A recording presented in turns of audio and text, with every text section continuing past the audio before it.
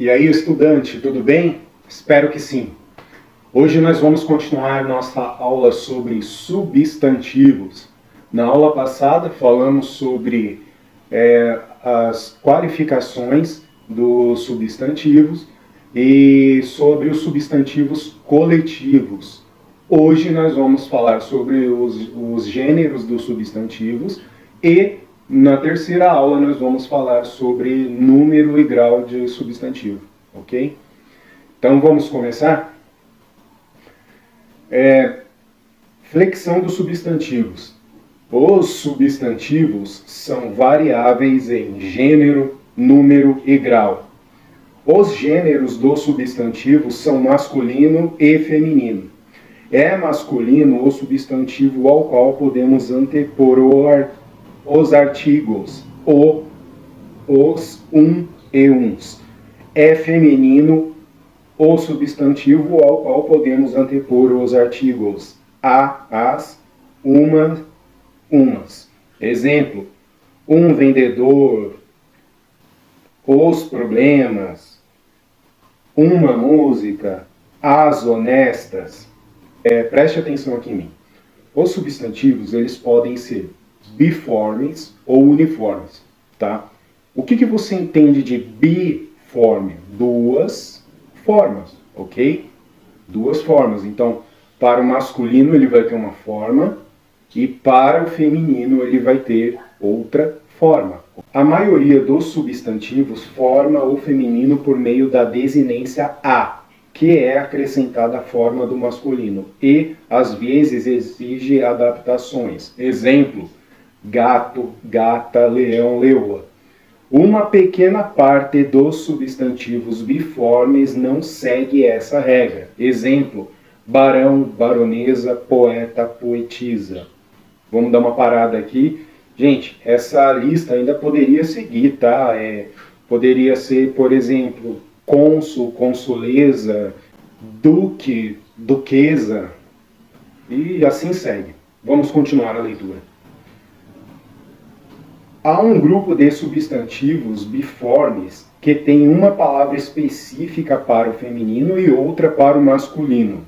Exemplo, cavaleiro, amazona, cavalheiro, dama, homem, mulher. E se vocês forem pesquisar também essa lista é grande, mas aí estão alguns exemplos. Seguindo. Então, gente, existe também o substantivo uniforme. O que você entende? Ó? Uma forma para os dois gêneros. Vamos entendê-lo? Então, os substantivos uniformes podem ser epicenos, são os nomes de animais que possuem apenas um gênero gramatical para designar os dois sexos. Exemplo, a águia, a baleia, o besouro ou tatu. Quando necessitamos especificar o sexo do animal, utilizamos as palavras macho e fêmea, junto com o substantivo. Exemplo, águia macho, águia fêmea.